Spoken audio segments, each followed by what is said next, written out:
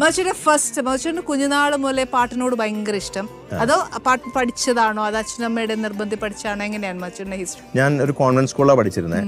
അപ്പോൾ ആ 2ാം ക്ലാസ്സിൽ പഠിക്കുമ്പോൾ എൻ്റെ ഒരു ക്ലാസ് ടീച്ചർ സിസ്റ്റർ ബസാലിയ, ആ ടീച്ചർ ഒരു പാട്ടിട്ടിട്ട് താളം പിടിക്കാൻ പറഞ്ഞു എല്ലാ കുട്ടികളോടും.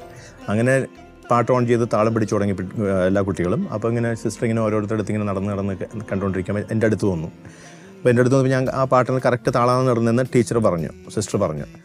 തൊട്ടടുത്തുള്ള ഷാജൻ, അത് ഷാജനെ കണ്ടിട്ട് ഞാനാണോ കറക്റ്റ് താളം പിടിച്ച്, എന്നെ കണ്ടിട്ട് ഷാജനാണോ താളം പിടിച്ച് എന്നിട്ട് രണ്ടുപേരും കൊണ്ട്. അപ്പോൾ നിങ്ങൾ കറക്റ്റായിട്ട് താളം ഇടുന്നുണ്ടല്ലോ, എന്നാൽ ഞാനൊരു പാട്ട് പാടിത്തരാം, അത് പാടാൻ പറ്റുമോ നോക്കാൻ പറഞ്ഞു. അങ്ങനെ സിസ്റ്റർ ഒരു ട്യൂൺ ഇങ്ങനെ പാടി.